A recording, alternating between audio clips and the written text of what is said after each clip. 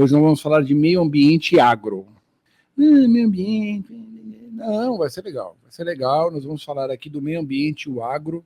Eu quero aqui colocar algumas dúvidas na cabeça de vocês sobre esse assunto, mas isso vou deixar um pouquinho mais para frente.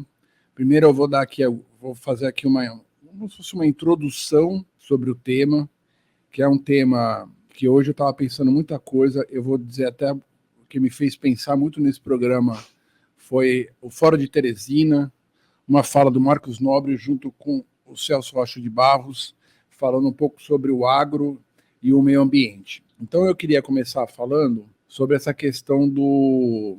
Assim, o Brasil, há algum tempo, virou um grande fazendão, né? Tá gostando do papo? Então se inscreve no canal, ativa o sininho para não perder nada e se puder, ajuda a gente fazendo um Pix. Muito obrigada! É aquela coisa assim, o agro é pop, o agro não sei o quê. E o agro, de certa forma, dominou muito a política brasileira, né? A gente sabe como eles hoje dominam o Congresso. Hoje, a gente estava outro dia falando aqui, um assunto muito interessante, tem até um trecho aqui, se você quiser ir lá. Eles chegaram ao cúmulo com a ajuda da filha do Silvio Santos, que é ligada a é uma dupla sertaneja, vamos explicar direitinho, uma dupla sertaneja, Gustavo Moura e Rafael, se eu não me engano. Eles chegaram a comprar streamings, né? O pessoal, eles remuneravam quem ouvia essa dupla sertaneja e eles ficaram em primeiro lugar no Spotify, ou seja, já chegou no nível de eles comprarem o próprio sucesso bem entre aspas, né? É um sucesso, você vai lá, comprou, chegou lá, depois que repercutiu isso, eles foram para 55º. Então, eles dominam, de certa forma, a cena musical, né? Hoje tem os eventos, tem rodeios pelo Brasil todo. O Bolsonaro era um representante total dessa galera. Ele ia nos rodeios, ele colocava chapéu de cowboy, tem toda aquela estética. Eu me inspirei também muito no livro que eu estou lendo agora. A gente recebeu o professor Rubens Casara, ele estava lançando o livro A Construção do Idiota, Processo de Idiosubjetivação. Mas eu peguei, que é um livro que eu tinha começado a ler, não tinha ido até o final, agora eu estou lendo, que é Contra o Ideário Neoliberal. Então, a gente sabe que no neoliberalismo, o mercado que é o que dita as regras. Dentro desse mercado, como a gente vive até hoje, talvez o fim dessa era da globalização, o que o Brasil sempre fez de melhor foi a agricultura, né? Então a gente tem vários tipos de clima, aquela história toda, né? Que a gente sempre... que o Brasil é o celeiro do mundo, né? Então o Brasil, ele sempre produziu muitos alimentos, produz carne, produz frango, produz soja, produz milho, produz cana, isso é muita coisa, né? Então você pode produzir frutas de clima temperado no sul, outros tipos de frutas mais tropicais no Nordeste ou no Norte. Então o Brasil tem... Então a gente virou isso, né, de certa forma, né? A nossa indústria está passando uma crise, até uma crise de identidade muito forte, então o agro acabou dominando o país. O agro emprega muito pouco, tem muitos benefícios também, né? Muitas isenções fiscais, muitos políticos que o representam e vivem sempre defendendo os interesses dele, que eles viraram uma elite realmente, né? Porque esses grandes fazendeiros hoje são caras muito influentes na política, no mercado financeiro, em vários setores. E do outro lado a gente tem o meio ambiente, que a gente precisa preservar por causa da urgência climática, por causa da crise climática. O que está acontecendo? Eu vou falar de um lugar específico, que é o Cerrado, né? Então a gente viu nas últimas medições de desmatamento, que o Cerrado, por exemplo assim, o governo Lula entrou, né? Nós estamos já com 1 ano e meio quase do governo Lula, e o desmatamento na Amazônia caiu. Já no Cerrado ele aumentou. Ou seja, a gente vê, eu vou dar aqui alguns dados, né? Eu estava hoje pesquisando aqui, esse dado aqui é do Observatório do Clima, né? Vamos analisar um pouco esse dado. Primeiro, ele dá um dado mais geral, né? Que entre 1985 e 2023, 199 milhões de hectares foram queimados, né? Quando a gente fala hectare, muita gente não sabe o que é um hectare, então é sempre importante a gente falar. Representa 1/4 do território brasileiro. Você imagina que a gente tem aí de 85 a 2023, né? São quase 40 anos. Um quarto do território brasileiro sofreu algum tipo de queimada. E quando tem queimada, a gente sabe que tem geralmente uma destinação agrícola, né? Esse tipo de queimada. E aqui, ó, 2/3 da área afetada, né, por essas queimadas foi de vegetação nativa. Quase metade dessa área está concentrada em Mato Grosso, Pará e Maranhão. Então, o bioma que mais queimou foi o Pantanal. Olha, proporcionalmente, né? Então, nesses 39 anos aí, desse levantamento do Mapa e Biomas, isso é tudo dado pesquisadores e tudo que foi divulgado pelo Observatório do Clima, que é um local muito confiável, né? Foi o Pantanal, com 9 milhões de hectares. Ou seja, o Pantanal representa 4,5% do Brasil, né, desses biomas, né, não do Brasil, dos biomas, e 60% desse bioma foi queimado. Entendeu? Mais de 600 mil hectares queimados no Pantanal. Então, os dados do Pantanal, eu vou dar mais alguns aqui, porque eu comecei a pesquisar isso, eu fiquei chocado com isso. Ou seja, é uma área que... Outro dia também eu estava ouvindo um podcast na Folha, eu vou tirar um pouco aqui, eu vou contar um pouco a história que uma jornalista lá da Folha, que foi lá, que eu devia ter anotado o nome dela, foi lá fazer uma matéria. Ela estava contando... Tem uma história assim muito local, né? Assim, então, essas leis do meio ambiente, proteção, tem leis locais, leis estaduais, leis municipais, mas assim, a lei dos estados da Amazônia fala o seguinte, que você tem que ter 80%, você compra um território, né, lá, um terreno, então você vai fazer algum tipo de atividade agrícola, né? Pode ser vários tipos de atividade, mas em termos agrícolas, você tem que preservar 80% desse território, preservar a floresta desse território, e 20% você pode usar para plantar o que você quiser. No Pantanal, no Cerrado, é o contrário, você preserva apenas 20%, e nem esse 20% diz que eles cumprem. Ou seja, você pega esse 20% desse território e você, às vezes, coloca gente para morar lá, ou já aproveita uma comunidade que já mora lá há muito tempo, então você acaba, nem isso você obedece, né? Então, a gente vive essa situação muito precária, e eu vou só dar mais um dado, que daí depois eu estou dando esses dados para a gente ter uma noção, porque assim, de certa forma, até o Marcos Nobre falou isso lá no podcast, que é o Cerrado ali, né? É o grande centro-oeste, né? Porque ali a gente sabe que é uma área extremamente conservadora, virou uma área da extrema-direita, assim, né? Então, muitos ali, você tem o Caiado, que é um cara muito ligado ao Bolsonaro, você tem a Tereza Cristina, que era a ministra da Agricultura do Bolsonaro, que é do Mato Grosso, acho que é do Mato Grosso. Então, você tem várias lideranças que são ligadas ao agro ali, né? Como também a região sul também tem muita gente que se elege ali. O Brasil todo tem a bancada do agro lá, que são pessoas que estão ali para defender os interesses desse setor, que hoje eu arrisco dizer que é o setor mais poderoso do Brasil, é o agro hoje, né? Porque eles dominam várias áreas aí, como eu estava já falando, né? Então, eu vou até mostrar aqui a matéria. Estava falando aqui do Observatório do Clima, mas eu usei também uma outra fonte que eu já citei aqui, que eu gosto muito, que é o site Colabora.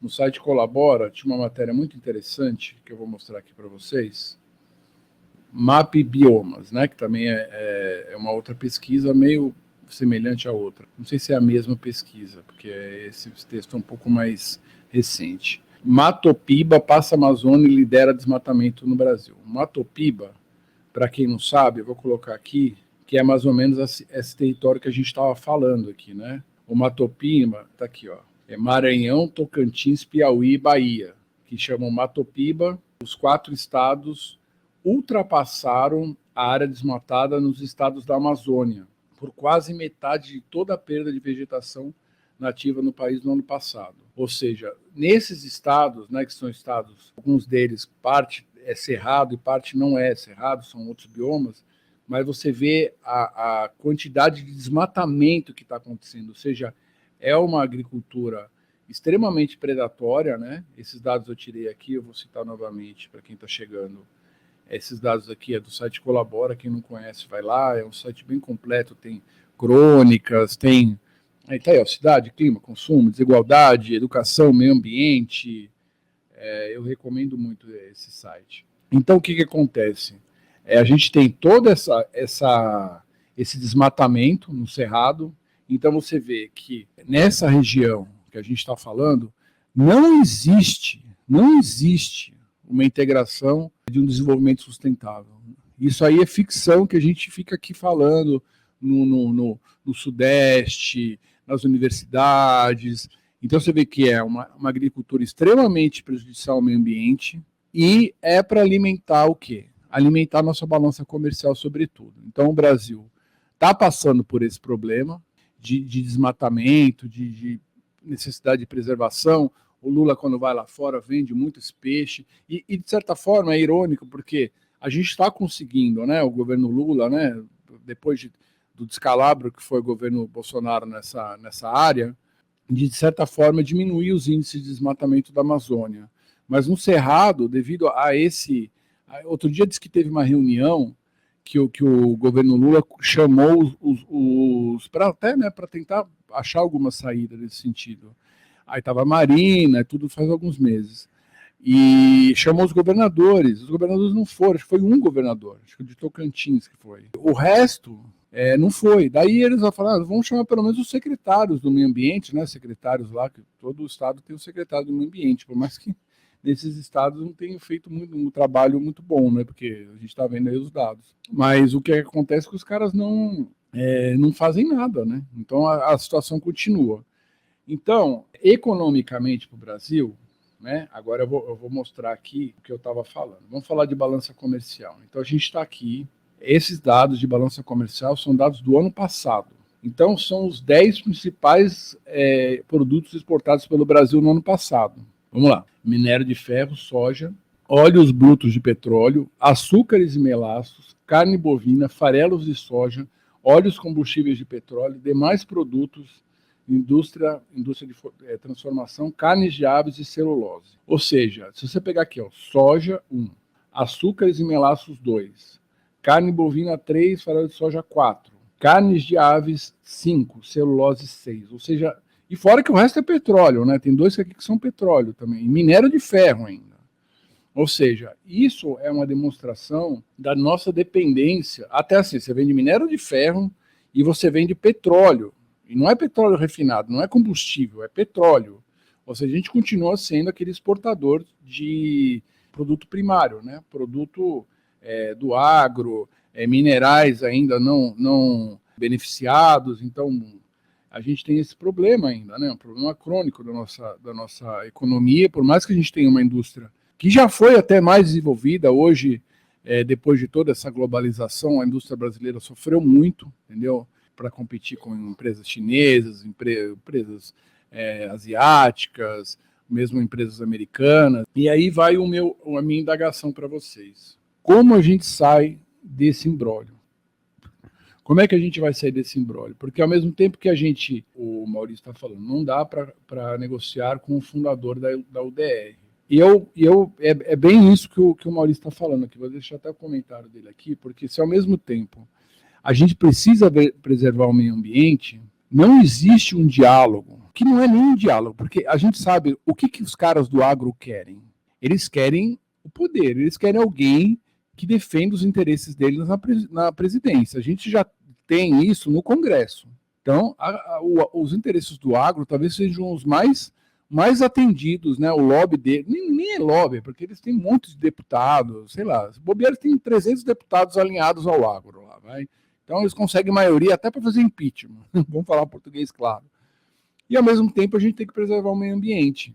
A extrema-direita vende muito que, tipo, eles vão desmatar tudo e eles vão levar desenvolvimento e vão não sei o quê. Só que é um papo meio estranho, porque, por exemplo, assim, se você vai fazer algo mais nacionalista, que é o que está caminhando, para a Europa a gente viu agora, né? A extrema-direita fala muito em nacionalismo, né?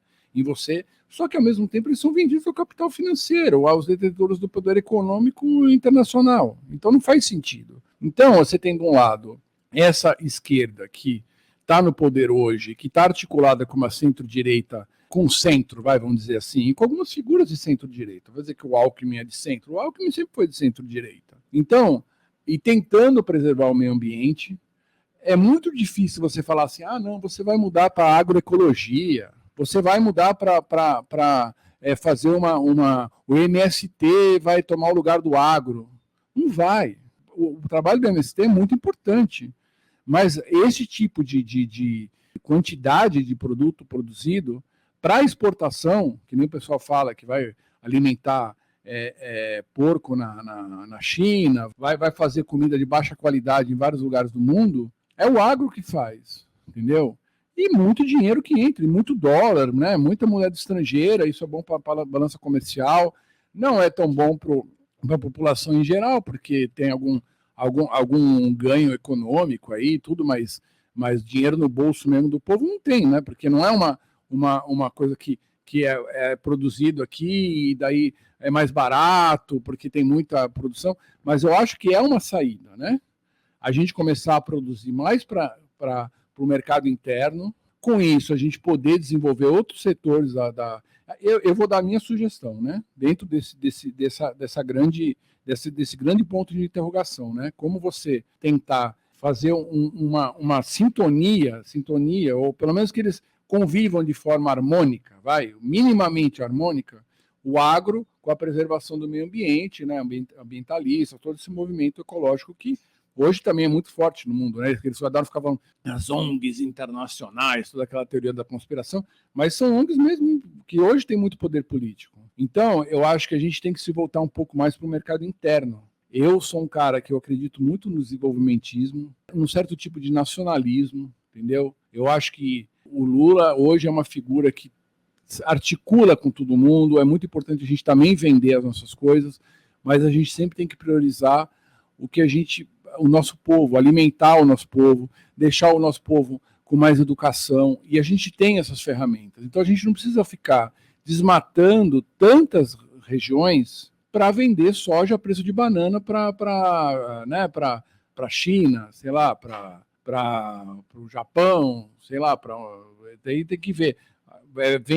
Sei que a gente vende muito frango para os países árabes, entendeu? Então a gente pode diversificar, porque a gente tem que investir em ciência e tecnologia, como a Embrapa, que fazia mesmo na área do campo, e tudo para a gente ser um país mais desenvolvido, entendeu? Porque enquanto a gente continuar sendo esse fazendão, que é o que a extrema-direita nos propõe, né? O projeto da extrema-direita é esse. É o fazendão, junto com uma religiosidade tosca, mantendo muita gente ignorante, e esse é o país que eu não quero. Mas eu acho que o governo Lula tem que tentar fazer essa articulação. Eu acho que o Ministério da Agricultura, Desenvolvimento Agrário, Meio Ambiente, tem que estar ali articulados para tentar conseguir fazer algo nesse sentido. Então esse foi o Curtas na Zona, o pessoal está chegando aqui, a Lina já está aqui do meu lado. Eu gostaria muito que vocês dessem aqui sugestões de novos temas, ou me criticam, ou falam que se gostaram ou não desse formato, que eu sempre tenho escolhido um tema e desenvolvido o tema aqui em 20, 25 minutos, algo que geralmente me aflige, né, nas minhas leituras, nas minhas pesquisas como jornalista, nos bate-papos, nas coisas que eu assisto,